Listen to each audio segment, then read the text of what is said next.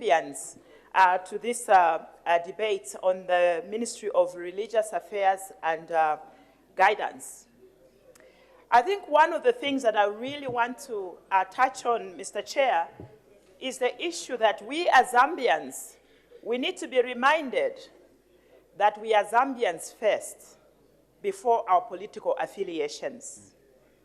And I think this has become a challenge in our country. We no longer aspire to be good examples to our children, even ourselves, because we have been so overtaken with our political affiliation versus being patriotic to the country, which we found and will leave when our time is up. Mr. Chair, I want to remind the Ministry of Religious Affairs that indeed she has a reason to this position for such a time as this. As one woman whom we know by the name of Esther, she was reminded that do not keep quiet because you will not be spared in the long run. And so the minister has an obligation to ensure that the country of Zambia continue to be a peaceful country, which I'm afraid, Mr. Chairman, it is eroding day by day. And the people in government have a responsibility to charter the course of this nation. It is them that are setting a standard of how politics should be done in this country. But alas, Mr. Chairman, the political space in this country is diminishing day by day. When you give preferences to those who should speak on what, and curtail others or do not allow others to speak, which is their right as Zambians, as citizens of this country, you are undermining the very essence of peace. And this is what is happening in this country. And I think for me, Mr. Chairman, if we as Zambians are serious about the peace we proclaim, if we are serious about the values of Christianity we proclaim, then we need to be people who are seen to be doing the very fruits of what Christianity is all about. This is a country that has enjoyed peace. This is a country that we chose to become democratic. And in the democratic dispensation, people should be given the freedom to express themselves. But this is not happening, Mr. Chair. And it leaves a lot of us, especially young people who have come into, or young, not young as in children, but younger entries in politics, to really look at politics and say this is a laughing stock, not only for this country, but for the many nations that Zambia has aspired for many years. When we talk of religion, Mr. Chair, there was a Nathan in one of the Book of Life who was able to hold David, the king of Israel, accountable to his deeds. And I think this is what the ministry should be all about. When David was asked the question, who did that? Nathan replied without fear, it was you, David. So the question is, what is the Ministry of Religious Affairs doing to ensure that the Christian principles, the Christian values, the Christian ethics are being held by the leaders of this country and all of us? It leaves a lot to be desired for. Look at the poverty levels in our country. You don't need to go and do a research to understand that Zambia sits among the countries that are full of poverty, and the illiteracy levels are very high. There is a book called James.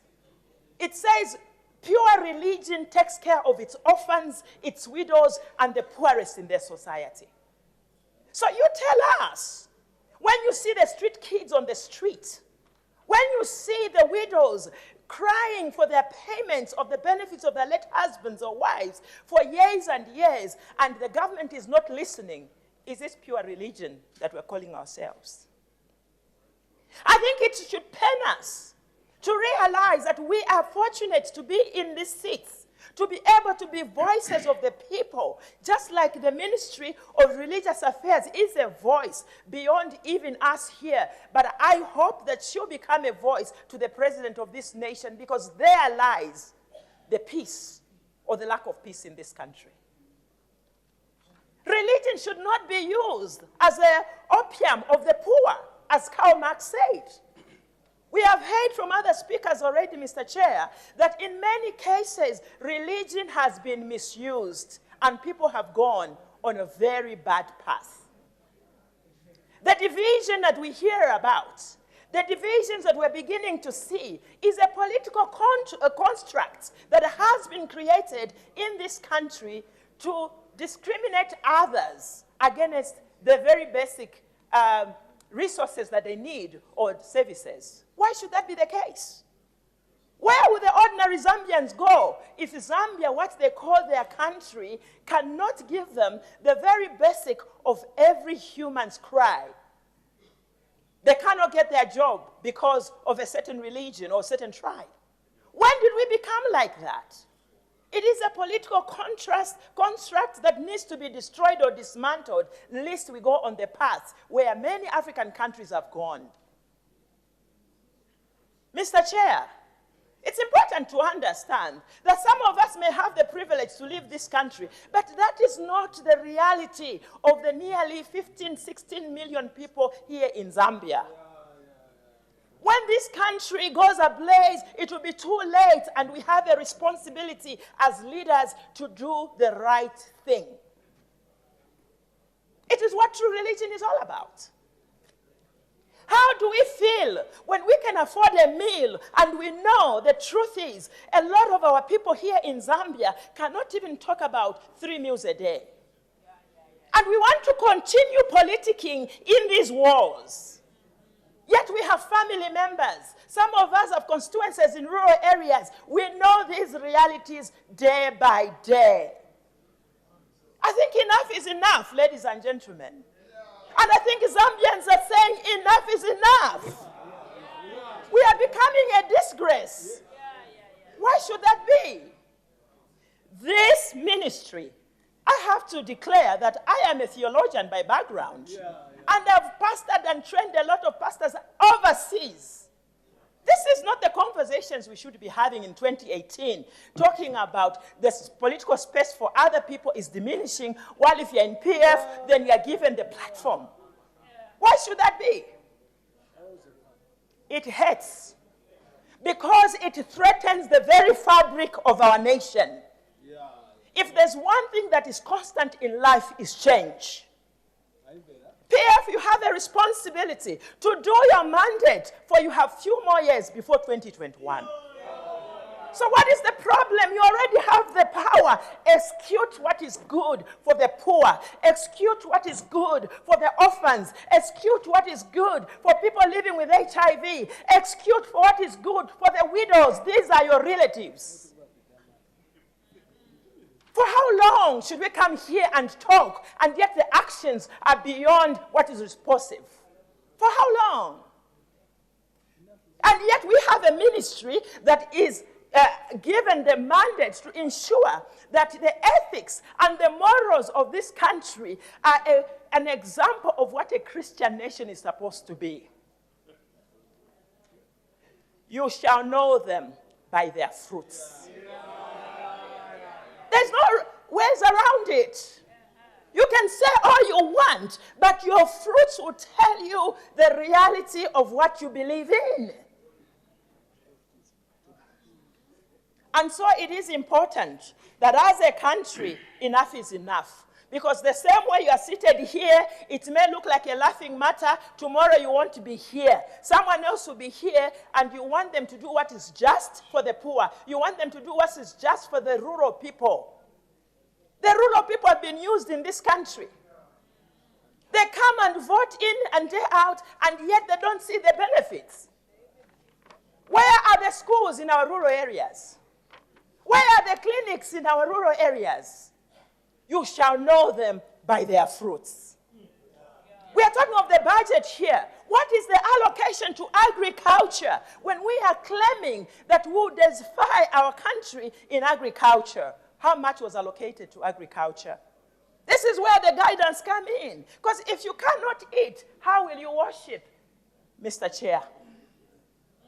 How would people worship if they can't even feed their own children? They are coming, some of them, because they know if they do not come, their jobs are threatened.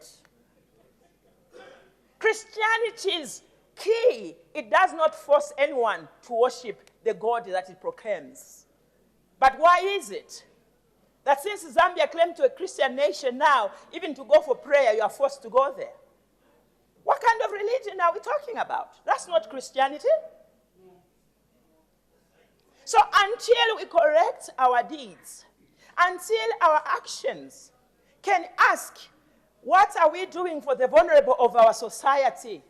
There's only time that will tell. If I remember correctly, a lot of people were excited when PF said was coming in power because it said there will be more money in people's pockets and less taxes. But what is the current situation? Every Zambian knows there's no money in their pockets. I think this country has a paralysis of not implementing what it talks about.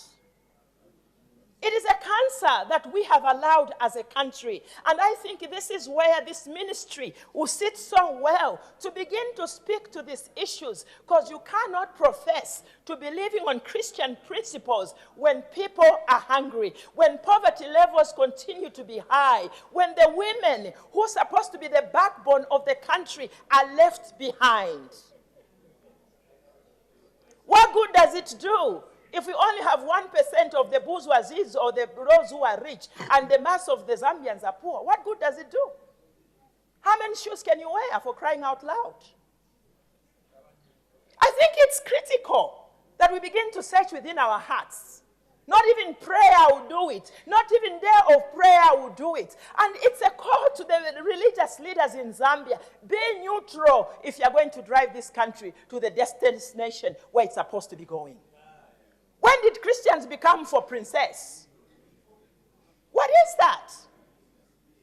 How can we have Christians for this region, for this person? It does not exist unless you tell us there is a different religion that is being practiced as Christianity in Zambia. But the Christianity that we know of, some of us who have been studied theology, the Christianity that we know of, those that is proclaimed around the world, is that even the very basic human rights must be promoted, must be respected, and must be preserved. The opposition has a great responsibility to the executive. So when the opposition speak, especially when it is positive criticism, hear them for the sake of this nation. When an opposition leader speak, hear he or she, because she may just have what is there to offer for the better direction of this country. But unfortunate, when you speak as opposition, you are seen as, now look what you are saying. Instead of hearing the positive criticism so that we can charter this country forward for a better future, not only for us who are in here, for some of us who have been privileged to be able to live this country, but for the mass, for the very Zambians who are saying enough is enough. Until this government can do that, until we can be honest with ourselves that the reason we came here is to represent the people, not our individual ideas, we need to change. And if there is any guidance, Madam Minister, it is to guide our national leaders, because we need the Nathans of today. We need the Esthers of today who will stand up and speak truth to the leaders so that we may preserve the very fabric of this nation. I thank you.